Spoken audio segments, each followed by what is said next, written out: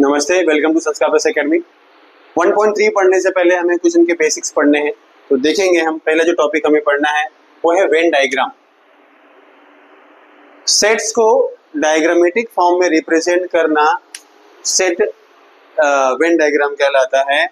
उसको पहले किसने बनाया था? तो जॉन वेन ने बनाया था, the first mathematician who gave the mathematical form to logic and probability. His famous book is logic of chance.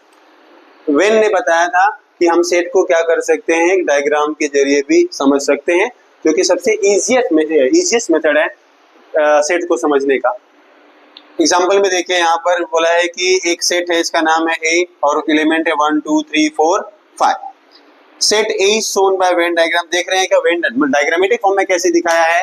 ये हो गया मेरा सेट ए, और सेट ए के अंदर कौन है? 1 है, 2 है, 3 है, 4 है और 5। फिर आगे और बी दिया है। बी ऐसा है, बी का x is such that x is -10 से बड़ा और इक्वल है और 0 से छोटा और 0 के इक्वल है।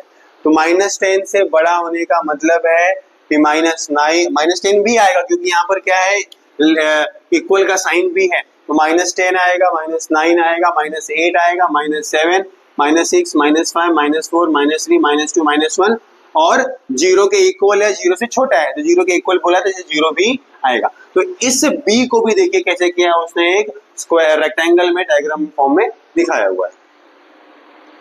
अब अगर मान लीजिए मुझे कंबाइन करके दिखाना हुआ है, जैसे मान लीजिए मैं खुद से एक सेट लिखता हूं। से मैंने लिखा एक पी में एलिमेंट है 1 2 3 4 5 6 7 8 9 और 10। एक क्यू है, क्यू में एलिमेंट है 3 4 5 6 7 और एक आर है, आर के अंदर एलिमेंट है 6 7 8 9 और 10। अब इनको कैसे दिखाएंगे? तो आप पहले देखिए कि कौन सा सेट के सारे एलिमेंट किस सेट के अंदर है।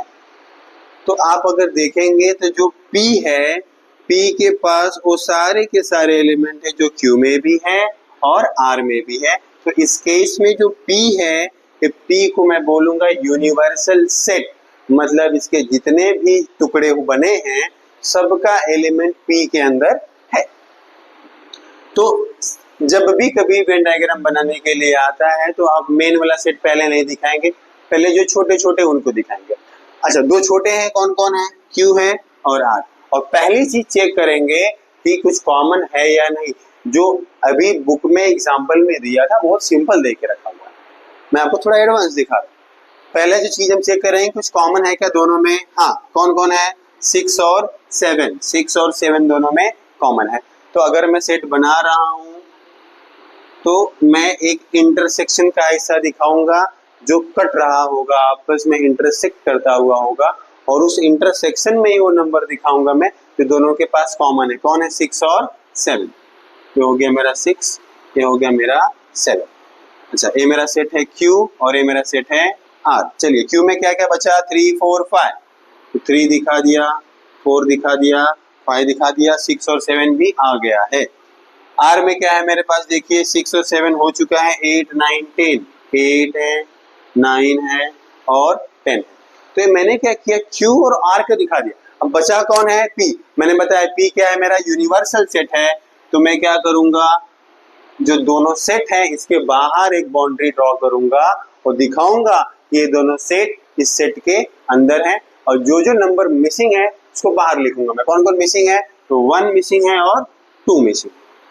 तो 1 2 3 4 5 6 7 8 9 10। अच्छे करिए, यूनिवर्सल सेट के पूरे एलिमेंट है क्या? है।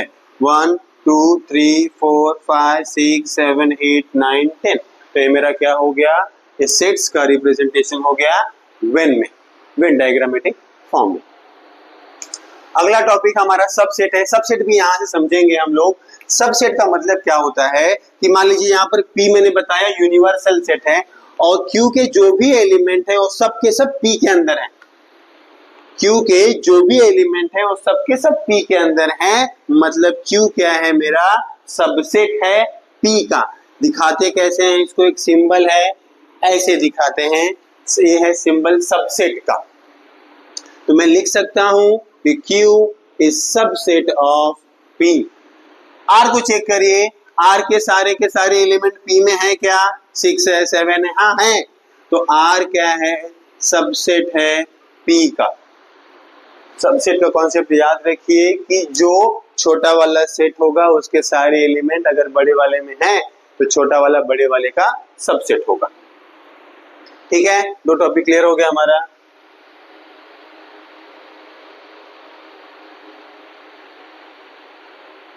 अगला है मेरा टॉपिक यूनिवर्सल सेट। मैंने बताया आपको यूनिवर्सल सेट क्या है। जैसे दो सबसेट हो गए छोटे छोटे Q और R, तो इनके लिए P क्या है, मेरा यूनिवर्सल सेट। मतलब जितने भी सबसेट आएंगे सबके एलिमेंट जिस सेट में होगा वो होगा यूनिवर्सल सेट। जैसे इंडिया क्या हो गया, एक यूनिवर्सल सेट हो गया, और उसके अंदर जितने भी स्टेट्स हैं हमारे, ये उसके सबसेट्स हो गए। स्टेट्स के अंदर जो डिस्ट्रिक्ट्स हैं वो हमारी सबसेट हो गई। तो इंडिया क्या है, सबके लिए एक यूनिवर्सल सेट है। ठीक है, अब आगे हम एक्सरसाइज देखते हैं।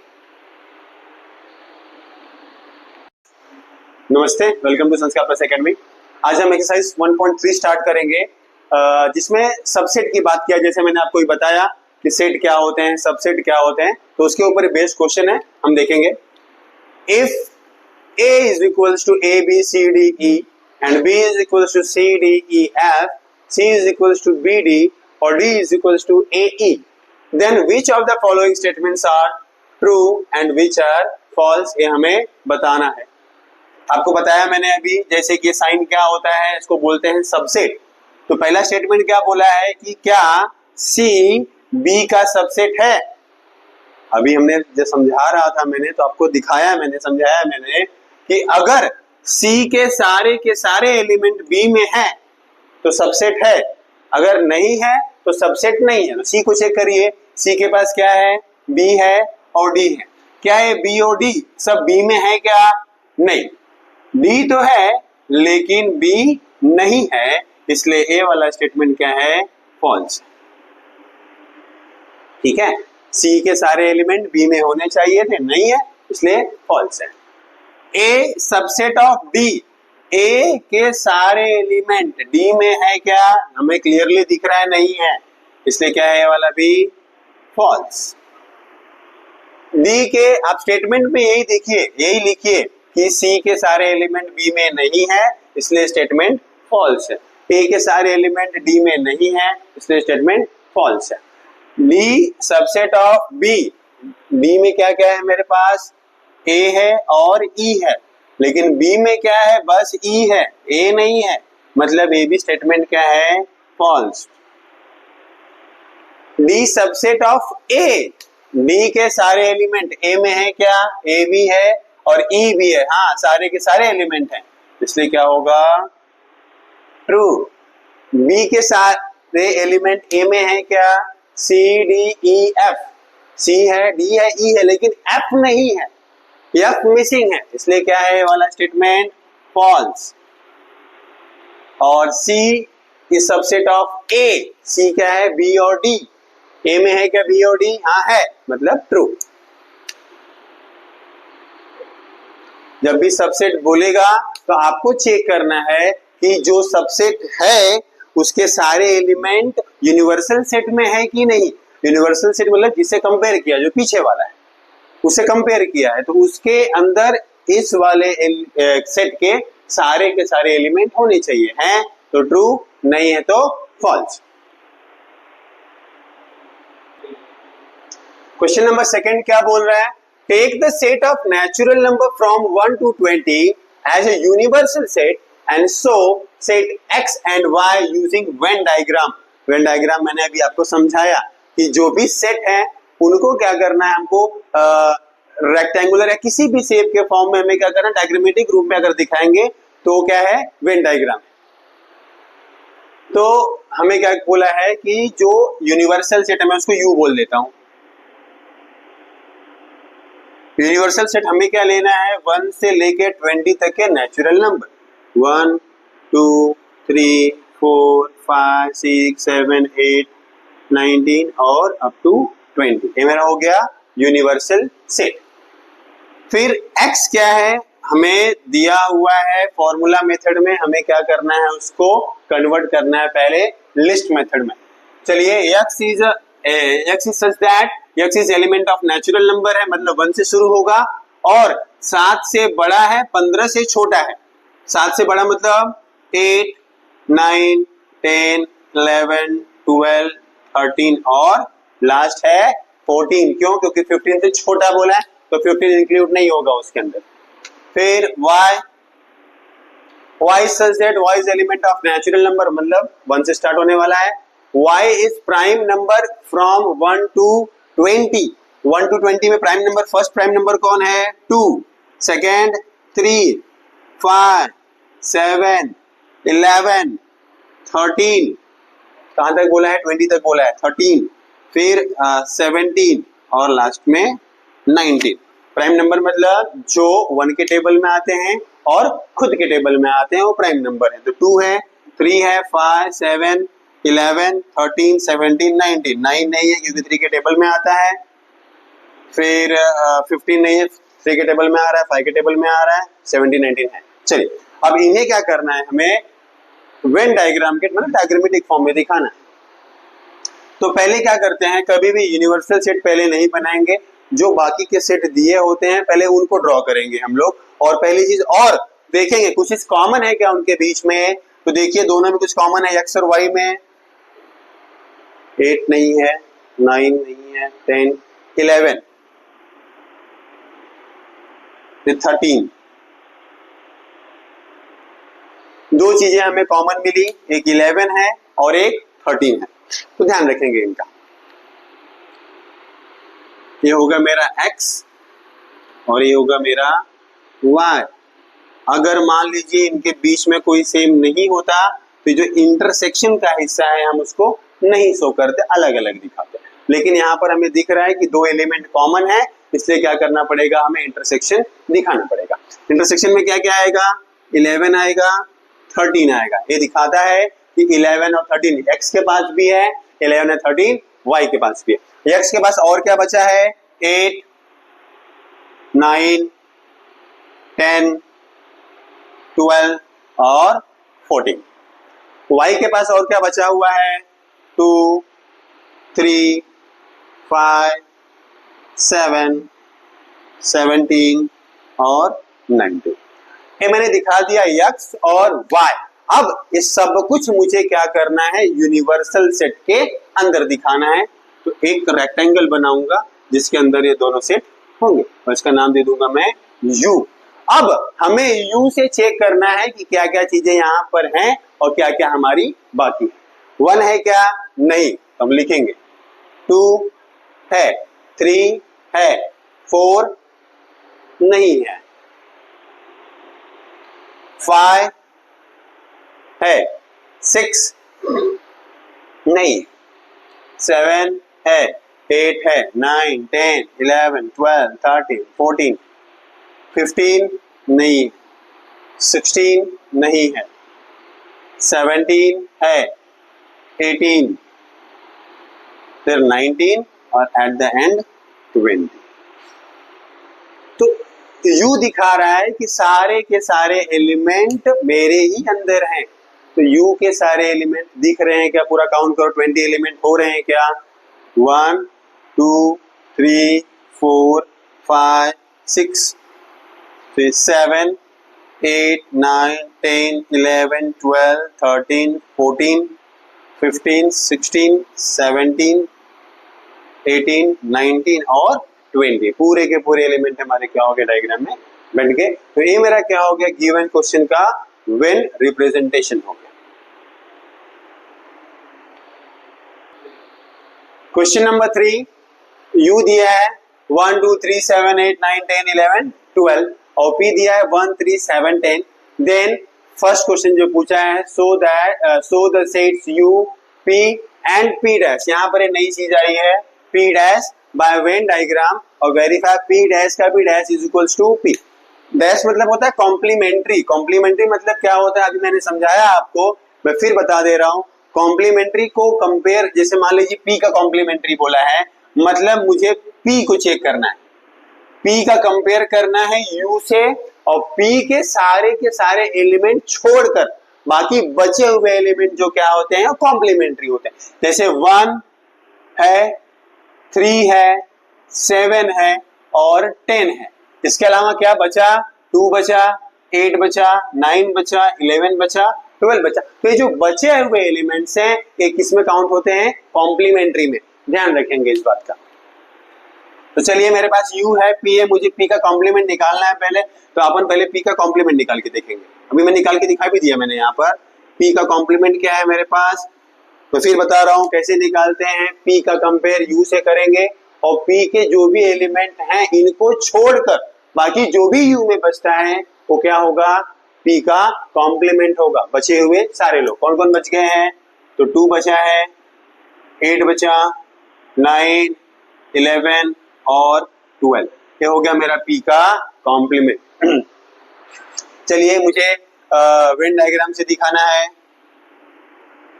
p और p का कॉम्प्लीमेंट। याद रखिए कॉम्प्लीमेंट वाले और जो उसका मेन ओरिजिनल सेट है कभी आपस में इंटरसेक्ट नहीं करेंगे, क्योंकि कॉमन होने के चांसेस ही नहीं है उसके अंदर, क्योंकि हमने लिया ही नहीं है। हमको पता है कॉम्प्लीमेंट मतलब क्या है, जो p के अंदर एलिमेंट उनको छोड़ना है, हमको देखना ही नहीं। तो ऑब्वियस बात है कॉमन कुछ भी नहीं आएगा। p में क्या क्या है मेरे पास, 1 है, 3 है, 7 है और 10 है। p कॉम्प्लीमेंट में क्या है, 2, 8, 9, 11 और 12। और ये मेरा हो गया यूनिवर्सल सेट।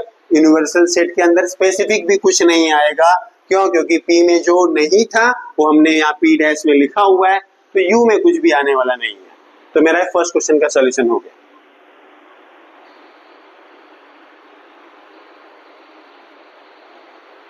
सेकेंड क्वेश्चन हमें क्या बोल रहा है, हमें वेरीफाई करने के लिए बोला है सेकेंड क्वेश्चन में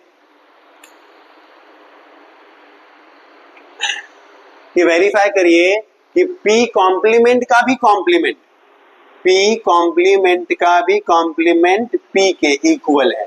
तो मैंने p का कॉम्प्लीमेंट निकाला हुआ है, अब इसका कॉम्प्लीमेंट का मतलब है मैं फिर इसको u से कंपेयर करूंगा। अब इसके अंदर के जो भी एलिमेंट है उनको छोड़कर जो बचता है उसके कॉम्प्लीमेंट में आएगा। जो 2 है तो 2 नहीं लिखेंगे, मिटा दे रहा हूं इसको फिर से कंपेयर करने के लिए। 2 है तो 2 नहीं आएगा, 8 है तो 8 नहीं आएगा, 9 नहीं आएगा, 11 नहीं आएगा, 12 नहीं आएगा। कौन कौन बचा, तो 1 बचा, 3 बचा, 7 बचा और 10 बचा। अगर मैं यहाँ पे इसको नंबर दे रहा हूं, जो p था उसको 1 बोल दिया अगर हमने और इसको हमने 2 बोल दिया, तो आप दोनों को कंपेयर करिए, देखेंगे 1, 3, 7, 10 यहाँ पर भी है, 1, 3, 7, 10 यहाँ पर भी है। लिख दूंगा मैं from 1 and 2 it is verified that p complement का कॉम्प्लीमेंट किसके इक्वल होता है, p के इक्वल होता है। क्वेश्चन नंबर देखिए अगला 4 क्या बोल रहा है, a is equals to 1, 3, 2, 7 then write any 3 subset of a। हमें मन से लिखना है, आप फ्री हैं, आप अपने हिसाब से कुछ भी लिख सकते हैं, लेकिन एलिमेंट इसके अंदर आने चाहिए। मुझे सबसेट 3 लिखना है, मैं ले रहा हूं, चलो मैंने b ले लिया जिसमें 1 आ गया, 2 आ गया। मैंने c ले लिया जिसमें बस 7 आ गया। मैंने d ले लिया जिसमें 3 आ गया, 2 आ गया और 7 आ गया। सबसेट लिखने के लिए बोला है तो मैंने बताया आपको कि सबसेट के सारे एलिमेंट मेन वाले सेट में होने चाहिए। तो 1 और 2 है क्या, हाँ है, तो b is subset of a। 7 है तो c subset of a, 3 to 7 है तो d सबसेट ऑफ a। बहुत इजी क्वेश्चन था, आप अपने हिसाब से लिख सकते हैं इसको, बस याद रखिए कि सारे के सारे एलिमेंट मत लिख दीजिए किसी भी एक सेट में। नेक्स्ट क्वेश्चन क्या बोल रहा है, right the subset relation between the sets. कुछ सेट्स दिए हैं, हमें इनका आपस में रिलेशन लिखना है। पढ़ते हैं पहले क्या लिखा है, P is the set of all resident in Pune. M is the set of all resident in Madhya Pradesh. I is the set of all resident in Indore. B is the set of all resident in India. H is the set of all resident in Maharashtra. थोड़ा हम एक diagrammatic form में समझते हैं। ये पूरा अगर India है, पूरे इंडिया में दो स्टेट्स हैं, एक है मेरा मध्य प्रदेश और एक है मेरा महाराष्ट्र। मध्य प्रदेश के अंदर आता है इंदौर, महाराष्ट्र के अंदर आता है पुणे। ठीक है, चल ये लगभग मैंने ओवरऑल रिलेशन समझा कि पूरा इंडिया में दो स्टेट एमपी और महाराष्ट्र। एमपी में इंदौर आता है और महाराष्ट्र में पुणे आता है। तो क्या मतलब हो गया कि इंदौर सबसेट है मध्य प्रदेश का। पहले मैं चलता हूं, या पहले पुणे दिया हुआ है, तो पुणे किसका सबसेट है? महाराष्ट्र का। तो सॉल्यूशन लिख रहा हूं मैं कि जो पुणे है इज सबसेट ऑफ महाराष्ट्र। फिर जो पुणे है महाराष्ट्र में है तो इंडिया में भी होगा, तो Pune is subset of India. फिर अगला क्या है? मध्य प्रदेश भी क्या होगा? इंडिया का सबसेट है। फिर इंदौर किसका सबसेट है? एमपी का, मध्य प्रदेश का है। फिर इंदौर सबसेट है इंडिया का भी। फिर भारत खुद बी क्या है? इंडिया खुद यूनिवर्सल सेट है। यच महाराष्ट्र कहाँ का है? यूनिवर्सल सेट है इंडिया का, तो H is subset of B. Pune Maharashtra में भी है, पुणे इंडिया में भी है। मध्य प्रदेश इंडिया में है, इंदौर मध्य प्रदेश में है, इंदौर इंडिया में है और महाराष्ट्र भी इंडिया में है। तो ये मेरे सबसेट के या सेट के रिलेशन हो गए दिखाने के लिए कि कौन किसका सबसेट है। सेकंड देखिए, which set can be universal set for the above sets? तो ऑल रेसिडेंट ऑफ इंडिया, मतलब जो बी है उसको मैं यूनिवर्सल सेट बोल सकता हूं, क्योंकि डायग्राम में, वेन डायग्राम में दिख रहा है मुझे इंडिया मेरा यूनिवर्सल सेट है। बहुत इजी था। क्वेश्चन नंबर 6 क्या बोल रहा है?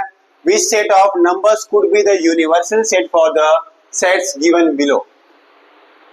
मतलब इन जो सेट्स दिए गए हैं इनके लिए मैं किसको यूनिवर्सल सेट यूज कर सकता हूं? फर्स्ट क्या है मेरा, देखिए थोड़ा सॉल्व करना पड़ेगा, नहीं करेंगे तो भी चलेगा लेकिन कर लेते हैं अपन। सेट ऑफ मल्टीपल ऑफ 5, मतलब 5 है, 10, 15 and so on. B set of multiple of 7, 7 है, 14 है, 21 है एंड सो ऑन। फिर set of multiple of 12,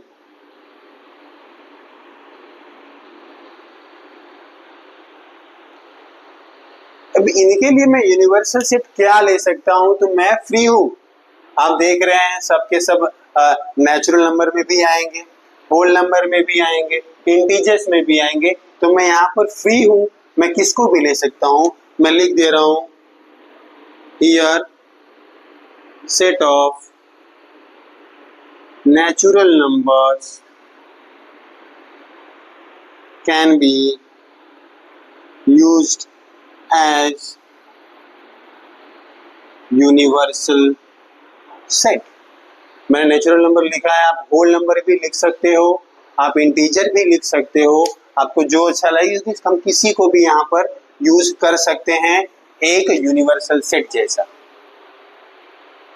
second क्या बोल रहा है? P is a set of integer which are multiple of 4, multiple of 4 मतलब 4, 8, 12, 16 एंड सो ऑन। P क्या बोल रहा है? Set of all even square numbers, set of all even square numbers. तो पहला स्क्वायर नंबर कौन है? इवन बोला है तो हम 1 को ले नहीं सकते क्योंकि 1 ऑड है। दूसरा कौन है मेरा? 4 है, फिर 9 है नहीं ले सकते, फिर 16, 25 नहीं ले सकते, 36 आप देखेंगे तो अल्टरनेट आ रहा है, 2 आ रहा है, फिर 4 आ रहा है, फिर 6 आया, फिर 8 आएगा मतलब 64, फिर 9 नहीं आएगा, फिर 100 आएगा एंड सो ऑन। तो ए भी इवन नंबर से आप देखेंगे अगर तो ये सारे के सारे की टेबल जो सारे के सारे नंबर्स हैं वो 4 के टेबल में आते हैं। तो मैं क्या कर सकता हूँ, जो टी है उसको एक यूनिवर्सल सेट जैसा यूज कर सकता हूँ। तो हियर टी या set T can be used, set T can be used as universal set. क्यों? अब देखेंगे 4 का मल्टीपल बोला था और जितने भी इवन स्क्वायर नंबर्स होते हैं वे सब 4 के मल्टीपल होते हैं। तो एट द एंड मैं टी को क्या कर सकता हूं, यूनिवर्सल सेट यूज कर सकता हूं। तो होगा क्वेश्चन नंबर 6।